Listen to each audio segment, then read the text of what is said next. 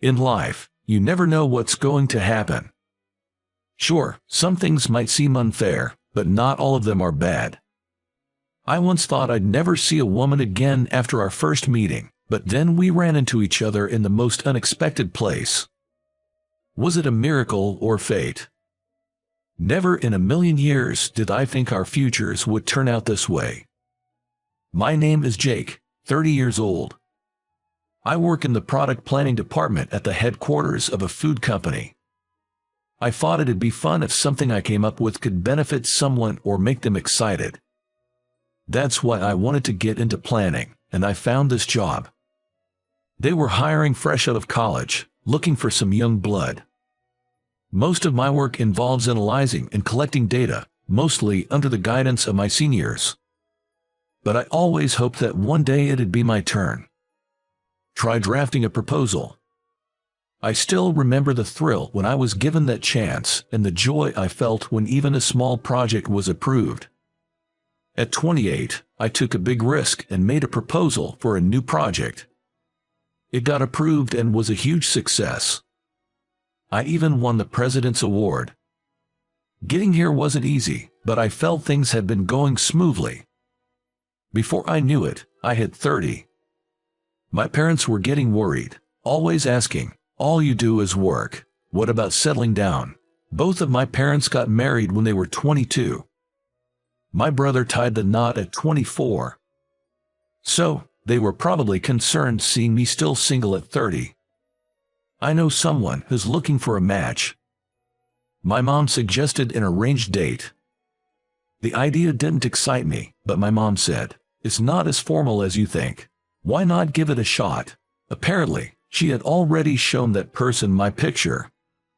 I was annoyed she did that without asking, but she said the response was positive.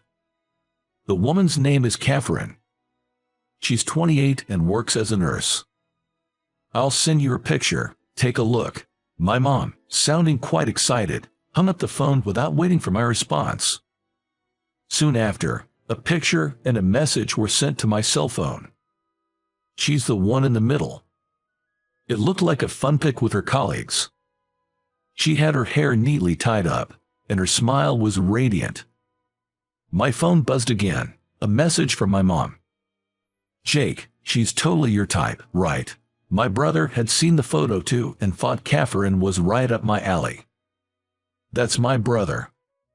He hit the nail on the head, and I couldn't help but laugh out loud reading my mom's message. To be honest, I've been so consumed with work since starting my job that I haven't been dating. Now, I'm not even sure how to go about finding someone. I do think about getting married someday. I felt like maybe it wouldn't hurt to just meet up once.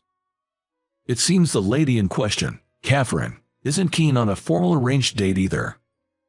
The idea was for the two of us to meet up and maybe grab dinner. We decided to have a date, but just the two of us without any matchmakers. We exchanged contact information and set a date. It turned out both of us were free the following Saturday. I was looking forward to the day we'd meet. However, on the day before the date, an unexpected situation arose.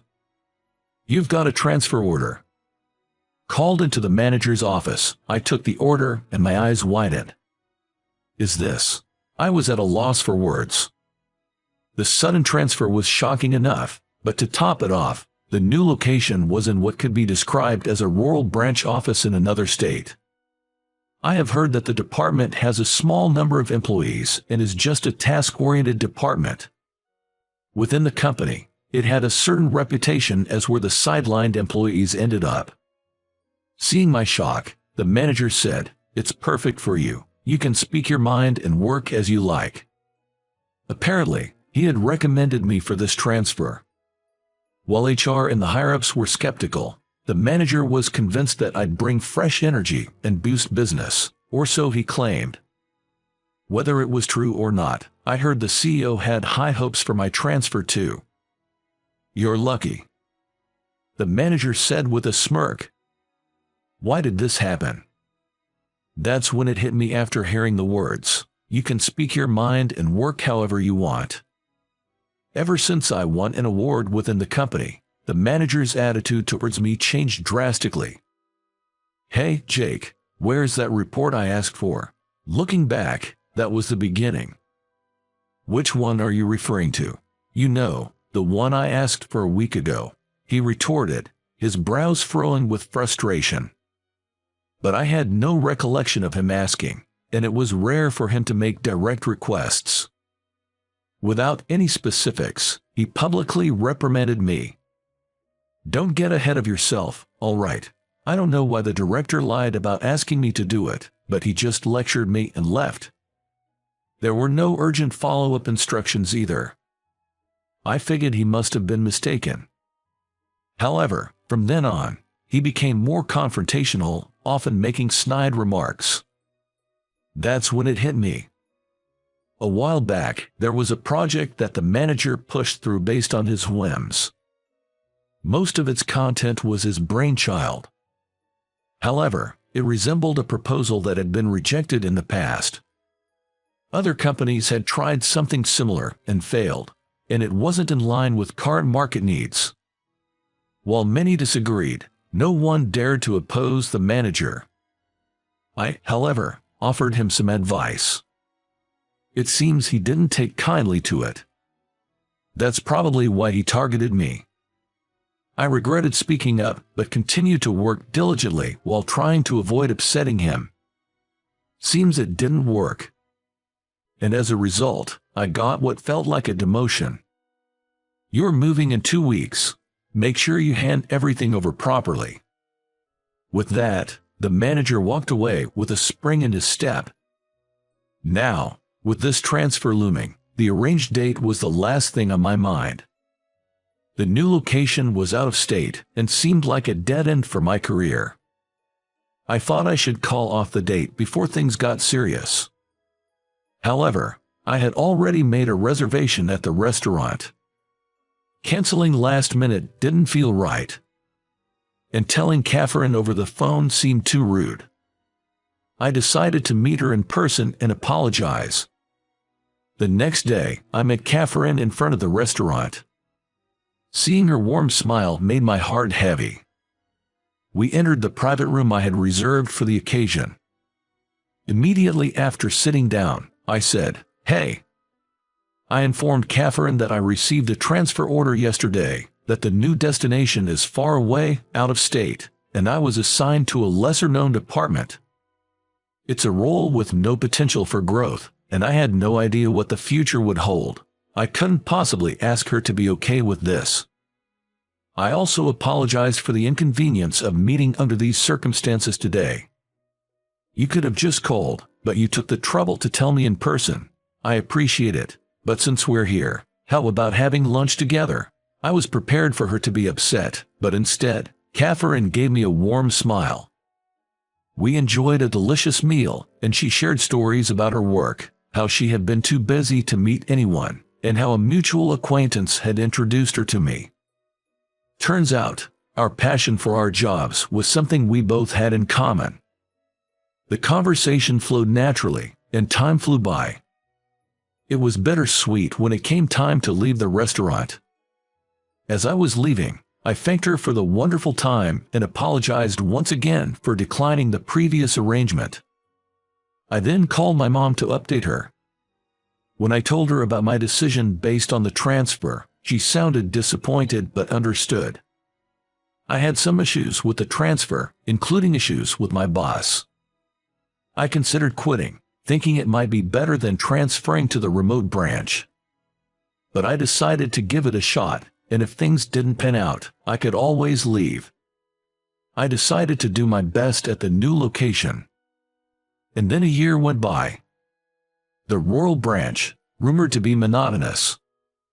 Indeed, it was less exciting than when I was in the product planning department at the main office. Due to cost cutting, there were fewer staff, and we had to do tasks that would typically be handled by other teams at the main office. The workload was intense, and it felt like all of us were working like mules. Working overtime nonstop, I've been guzzling energy drinks just to keep going. It's been really tough on my body. And then, on a scorching summer day. As I was heading to the bus terminal, I suddenly felt unwell. I tried to sit on a bench but felt dizzy. I collapsed. I was suffering from mild heat stroke at this time. An elderly man nearby shouted, "Are you okay?" But all I could do was nod weakly. Then, I heard a familiar female voice ask, "Are you all right?" Unable to open my eyes, I just groaned. "Can you stand up? Sorry, let's get you to that bench over there." I felt hands supporting me, taking me to a shaded area. I don't know how many people helped me. They bought me water, fanned me, and took care of me. The woman who had spoken to me checked my pulse and felt my forehead to check my temperature. After some hydration and cooling down, I began to feel better. Once I felt a bit clearer, I thanked everyone, and they left. The helpful woman stayed till the end.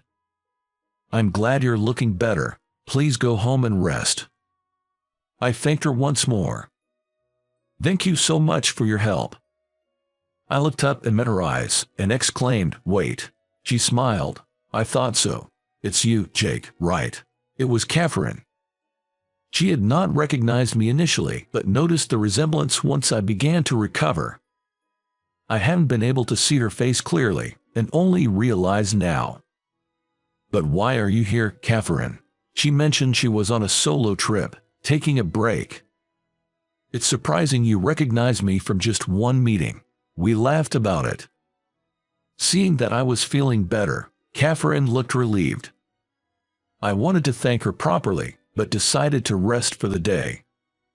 She mentioned she'd be in a nearby hotel the next day. We agreed to meet up the next Saturday. And the next day, I called my office right after and took a proper day off, and my body recovered. I let Catherine know that I was feeling better. While eating at a recommended upscale restaurant, I asked Catherine why she was traveling alone. Catherine wanted to be healed by nature while taking in the sights of various regions. But I could sense a hint of sadness in her expression. I'd get pretty worn out, so I took some time off on a whim. Catherine said that, though her smile looked forced. "How about you, Jake?" She shifted the topic to me, and I shared my recent happenings. I talked about my less satisfying job compared to before, and vented a bit. I realized how much I loved the projects I used to work on. I'm not quite content with my current environment.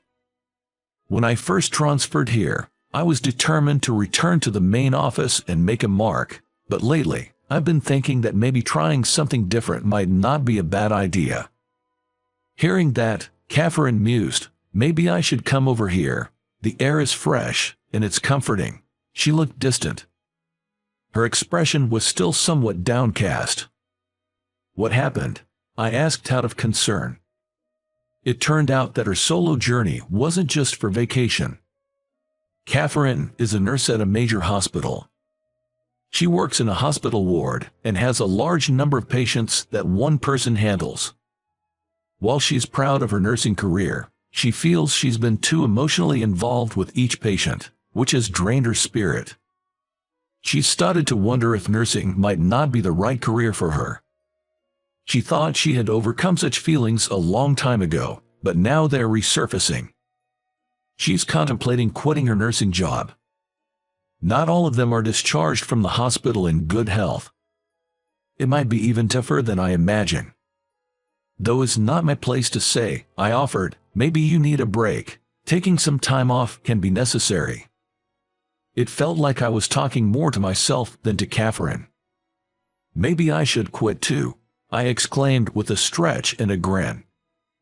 For some reason, I blurted out something completely unexpected. "If you're up for it, why don't we travel together?" What was I thinking? But it wasn't a lie. What was it? I had this vague feeling that things might be better if Catherine and I were together. Catherine looked surprised but then bashfully nodded, "If you're okay with me." "Daddy." "Oh, Michael, what's up today?" I crouched down to lift my energetically running son. The clinic was only half day today, so I picked up Michael from daycare. Today is a community event day at the Coastal Town Center. There are stalls selling fresh seafood, grilled fresh fish, and booths with toys and food that children love. I'm here today as an employee of the company organizing this event. Since my reunion with Catherine, I'd casually mentioned traveling together. It became a reality. We both thought it was just a spur of the moment. I quit my job, and Catherine quit nursing. Since both of us had been working so much, we hadn't spent much. We had plenty saved up for our journey. We traveled around the U.S. on a whim. While I knew I wanted to start something new and loved planning, I wasn't clear about what else I was interested in, or whether I wanted to work in the food industry again. Catherine thought that taking a break might give her a new perspective. The reason she agreed to my wild idea was she hoped the trip would offer some clarity. One of the places we visited is the coastal town we now call home. The scent of the sea was ever present, and every meal we had was delicious. Moreover, throughout our stay, the warmth of the townsfolk was truly comforting. Catherine felt the same way. After our journey, we both considered settling down here. To settle down, we needed to find a job. I wanted to work in planning, so I checked a job listing website and saw that the event company I was working for was hiring. Based on my past work, whether it was in food or miscellaneous goods, I had been thinking narrowly, but I immediately thought, this is it, for someone else. To bring excitement. My core reasons for wanting to work in planning hadn't changed. The event company's website made my heart race even more. That's how I ended up joining the event company. And Catherine, she found work at a clinic. Catherine, who took the time to reflect on herself during our travels. She remembered when she aspired to be a nurse. If she could support someone, even just a little. She realized her pride in nursing and her feelings hadn't changed.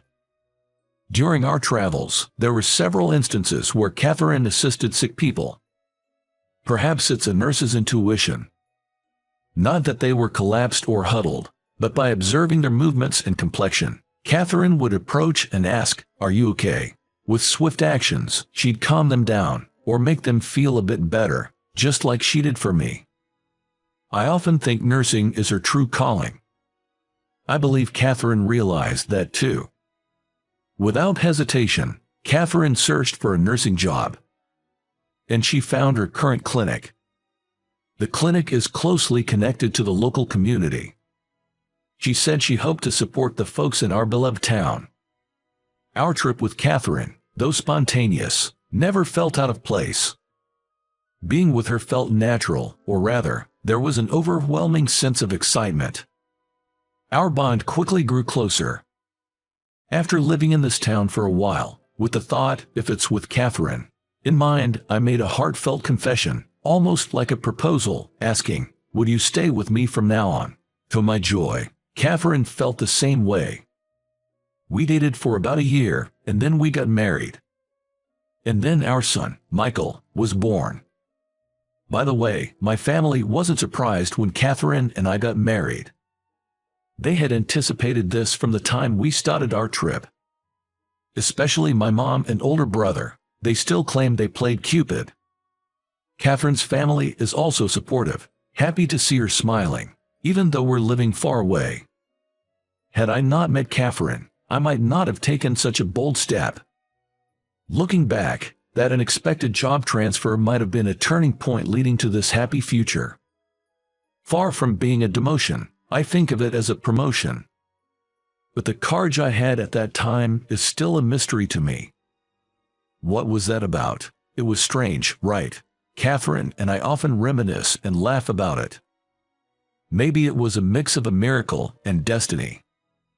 While cherishing these happy moments, I hope we can keep smiling in this town we love so much.